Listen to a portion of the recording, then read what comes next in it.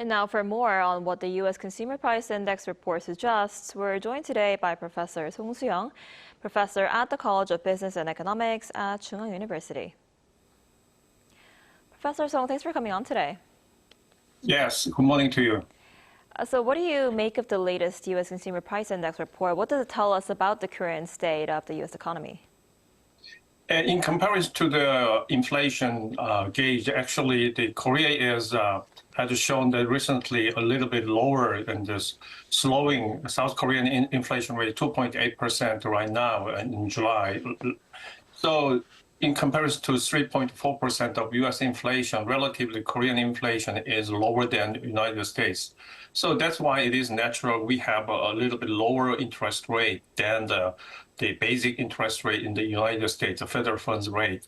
But however, the recent trend has shown that particularly what is most important for the determination of a federal decision over the interest rate is based upon the personal consumption expenditure inflation. So to that regards, it is a little bit higher than inflation rate right now. So, but it had the tendency, the trend has shown that declining.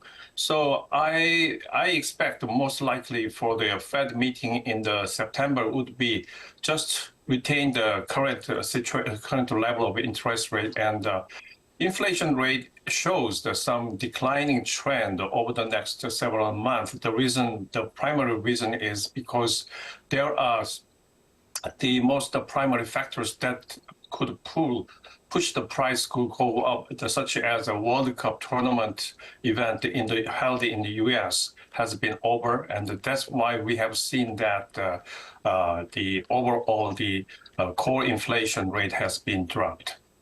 Right, so this is well above the Fed's 2% inflation target, but it did mark a slight cool down from an annual inflation rate of 3.5% in the month before in June. So how might this affect the Fed's decision on interest rates and its policy going forward?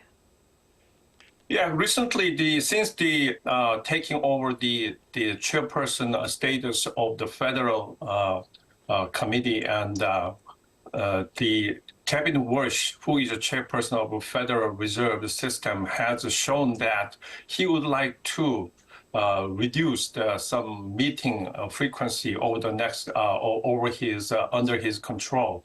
So that implies he would like to give up the forward guidance anymore, and he would not likely to reveal or disclose the information and the discussion among the members in the Federal Reserve Committee. So it implies that relatively the market has faced a little bit opaque situation. But however, the Kevin Walsh's most important, as is mentioned in the previous report, is the price level. So he would like to continue the current trend. He would like to also keep the price go down, and then he is not anymore worried about some hawkish stance for the interest rate to hike to hold in the price level, because there is always some the factors that could reduce the inflation rate for the upcoming several months.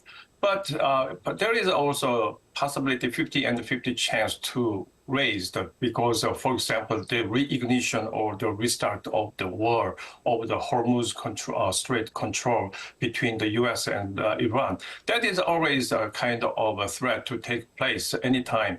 But the overall trend in the economic behavior and the primary concern of the price level in the United States, that has shown that declining trend. Right, and as for the impact on South Korea, the Korean won has remained relatively strong in recent weeks compared to the U.S. dollar. What impact could this easing of inflation in the United States have on the foreign exchange market and the Korean won? Currently, primarily the current level of 1,410 or 20 level of nominal exchange rate of Korean won per United States dollar is, I believe, it is still very high, because purchasing power parity exchange rate of Korean won has been hovering over 840, 850 or something. So to that regard, the same is also true to Japanese yen. So that means that currently nominal exchange rate is over inflated for Korean won, which means Korean won has been underappreciated. So it means the overall trend is going to be a downward trend over Korean won against the US dollar. But the interest rate parity plays a very important role for the change and fluctuation of the nominal exchange rate. So because of that, so what is important to determine the nominal exchange rate is like some interest rate level between the different discrepancy between Korea and the US.